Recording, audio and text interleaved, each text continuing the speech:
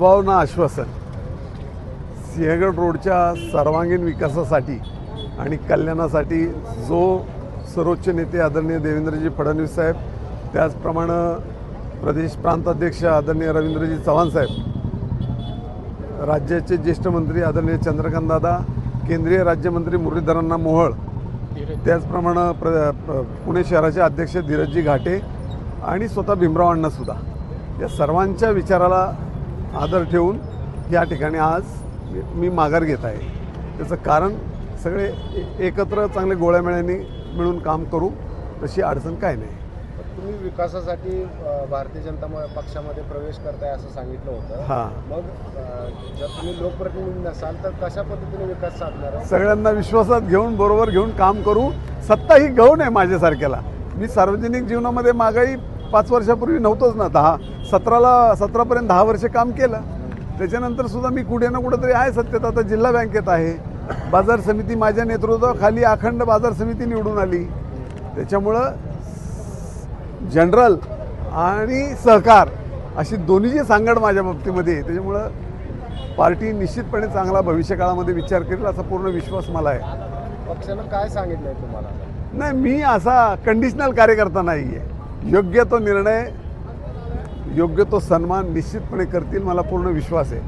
तुम्ही पूर्ण सक्रियपणे दिसणार प्रचारामध्ये? 100%. आणि नुसतं इथंच नाही, प्रभाग 34 आणि 35 दोन्हीकडे.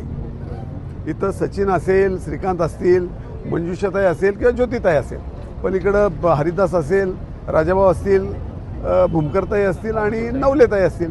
अडचण काय नाही आहे. एकदा शब्द आणि शिस्त, मी तसा शिस्तप्रिय कार्यकर्ता आहे. आम्ही कार्यकर्त्यांशी बोललो, कारण नाराज आहेत तुमचे कार्यकर्ते. नाही, थोडंसं होईल, दुरुस्त करू दे रे, दुरुस्त करू. थोडंसं होती नाराजी राहणार थोडीफार, पण चांगलं होईल.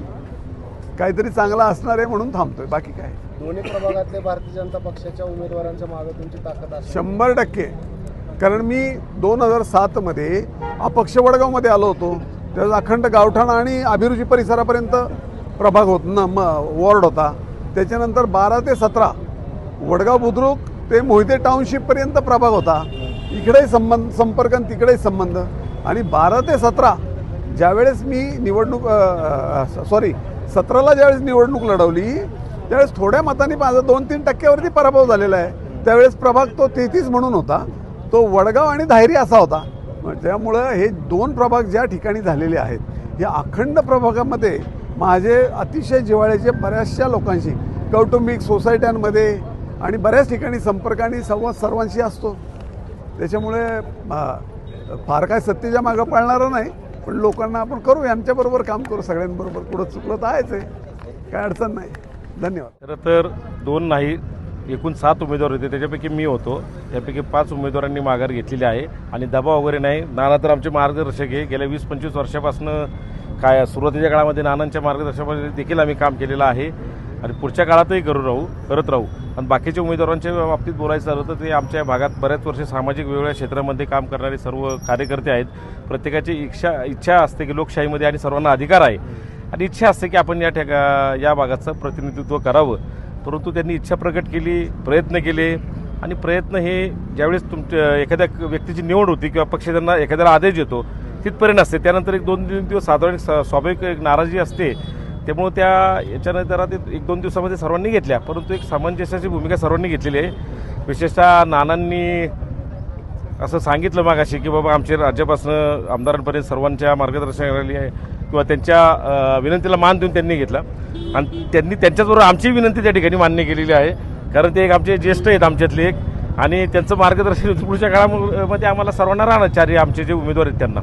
कार्यकर्त्यांनी आता नाराजी व्यक्त केली आमच्याशी काही बोलताना की नानांनी माघार नव्हती घ्यायला पाहिजे, परत बोरटांनी पण माघार घेतली, त्याबद्दल पण बोलतायत. या सगळ्यांचं समन्वय कसा साधणार आहे, त्यांच्याशी कसा कम्युनिकेशन? नाही, साहजिक आहे ना. उद्या माझ्या बाबतीत अशी घटना झाली असती तरी नाराजी ही वैयक्तिक जे कार्यकर्ते असतात ते एक संवेदनशील असतात आणि प्रत्येकाची एक वेगळी अटॅचमेंट असते. त्यामुळे ते साहजिक आहे. त्याच्यामध्ये आपण सगळे मनुष्य जन्माला आल्यानंतर आपल्याला मानवी जीवनामध्ये प्रत्येकाला संवेदना दिलेल्या आहेत.